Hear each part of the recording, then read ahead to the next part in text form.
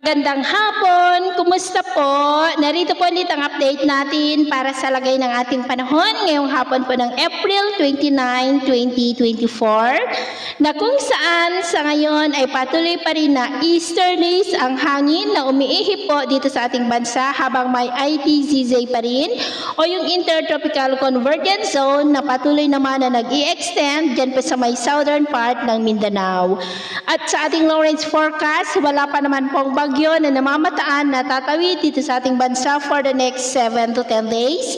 Pero hindi pa rin inaalis ang posibilidad na may sama ng panahon na mabubuo sa silangang bahagi po ng ating bansa sa susunod na mga araw. At sa lagay ng ating panahon, ngayong hapon ay maayos pa rin ang panahon sa malaking bahagi ng ating bansa pero may tsansa pa rin ng maulap na kalangitan with isolated rain sa ilang bahagi ng Cordillera, Ilocos Region, Cagayan, Nueva Ecija, Zambales, Eastern Samar, ilang bahagi ng Leyte, Northern Mindanao, Caraga, Davao Region at Sorsogon. At mamayang gabi, posible pa rin ang mga isolated rain sa ilang bahagi ng Northern Luzon, Leyte, Southern Samar at sa malaking bahagi po ng Mindanao.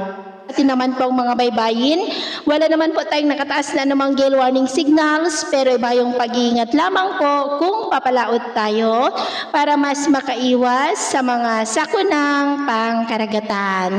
So yun po ang latest update natin sa araw na ito. Ako po muli si James na nagsasabing sa kahit anong pagsubok po na darating sa ating buhay, huwag na huwag po tayong mawawalan ng pag-asa. Thank you and God bless.